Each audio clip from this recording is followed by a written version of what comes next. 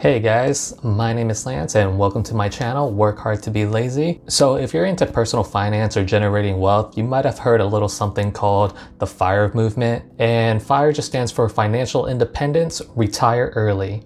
Essentially, it just revolves around living below your means, saving and investing as much money as you can with the end goal of retiring as soon as possible. It's a concept that became really popular among millennials around early 2010s. If you're interested and want to look more into it, there's a bunch of online communities that discuss these ideas via podcasts, forums, and whatnot. As for me, I heard about the concept years ago, but I never really thought too much into it. And while you could say I fall into the FIRE category, I wouldn't really consider myself as an ideal example, mostly because it seems like the most vocal members of the community take the concept to the extreme, sometimes making themselves miserable in the process just to achieve their end goal.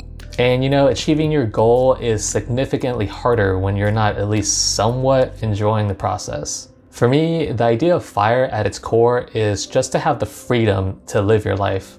To not have the need to commit to a day job that you dread going to every day. To have the ability to hang out with friends and family without worrying when your next day off is. To not stress about being able to pay the bills at the end of the month. Everyone has a slightly different idea of what FIRE means to them, and there's nothing wrong with that. I'm just saying what it means to me. I'm not here today to criticize anybody's method or process that they're using to achieve their goals. I'm simply sharing the idea of what it takes to retire early. At its core, there's two very simple variables that's involved.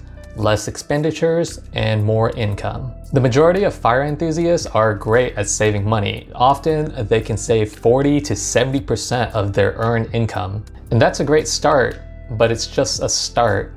The idea of saving money by itself does very little. If you're even remotely financially savvy, I'm more than sure that you heard of a little thing called inflation, which is the decline of purchasing power of a given currency over time, which roughly translates to your money is worth less over time. So you might as well go out and spend that money that you earn if saving is the only thing you're doing with your money because it's just losing value. The key is to make your money work for you, aka investing. There are many ways to invest, from 401k to index funds to real estate. The list is endless. Just do some research and see what appeals to you. And you don't always have to chase the best ROI. Sometimes the lower ROI with less stress and maintenance is the way to go. But the most important thing to invest in is your own happiness. I know it sounds cheesy, but it's true, because money is meaningless if you're not happy. So if you have the chance, go ahead and take that trip to make memories with your friends, or go out on a nice date night with your significant other, because money will return, but your time and the chances to do that will not. After all, saving money is about limiting your spending, not eliminating your spending. You're always going to have expenses unless you choose to be a bum. The idea is if you have less expenses you have to pay for, the less income you have to worry about making. Which brings me to the next part of the equation, increasing your income. Depending on who you talk to, some would say this is the more difficult between the two. Let me know, do you think it's harder to save more money or to earn more money? Comment below. I believe the reason why some find this more difficult because generally speaking, you're at the mercy of somebody else. Your employer decides how much you're paid.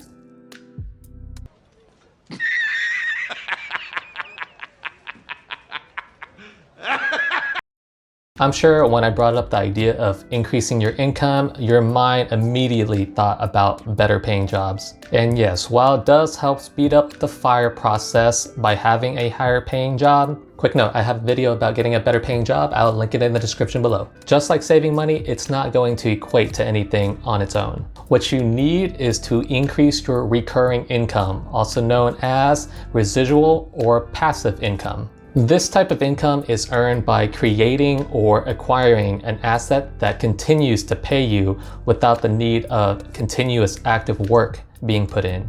And I know that some might argue that there is no such thing as true passive income. However, I tend to disagree with that statement. There are things such as high yield savings account or index funds where you just put your money in, you set it and forget it. However, if you're looking to invest into something with a better ROI, these tend to require more upfront work and involve some maintenance as well. This is why I try to advocate recurring income instead of chasing that elusive passive income. But regardless of your view of passive income, the idea of retirement still stays the same. You need to be able to stop trading your time for money. Did you know that there are 7 types of income streams? However, only one of them involves trading your time for money. Sadly though, for many people, that is their one and only source of income. This is why so many people are stuck in the rat race. There's nothing wrong with having an earned income, but if it's your only source of income, you've lost all your leverage. You're gonna have to keep working at that job that you hate because, like I said earlier, even the most thrifty of people are gonna have some kind of expenses to worry about. So you're always gonna need an income source. It just doesn't have to be one that you work for. Whenever somebody asks me, where do I work? And I respond with, I don't have a job, they'll sometimes apologize and say, I'm sorry. And it's actually really disheartening to hear because they view not having a job as a bad thing. Their head conjures up an image of someone who's struggling financially, and that's because they don't initially realize that there's other ways to make money. It's not until I explain to them that it's a choice, and then they'll get curious and ask me how I managed to retire early. And just as how I'm explaining to you guys right now in this video, keep your expenditures low and accumulate different income streams. Now, before I end this video, I just wanted to note that my retirement doesn't mean that I'm not doing anything with my time. I'm still trying to build other streams of income. It's just that I have the luxury to do it at my own pace without having to worry about being able to pay the bills at the end of the month. Retirement in itself isn't all it's cracked up to be. It actually gets pretty boring pretty fast. Having something to work towards is always nice. It's just better with less stress involved. And for all of you out there that's seeking financial freedom, I hope that you're all able to achieve that someday soon. Maybe you'll finally be able to quit that day job and pursue that passion project that you've been wanting to for so long. I wish you best of luck. And with that being said, I appreciate you guys watching. If you liked this video, please feel free to like and subscribe for more upcoming content. And I'll catch you guys all in the next video. Okay, cool, bye.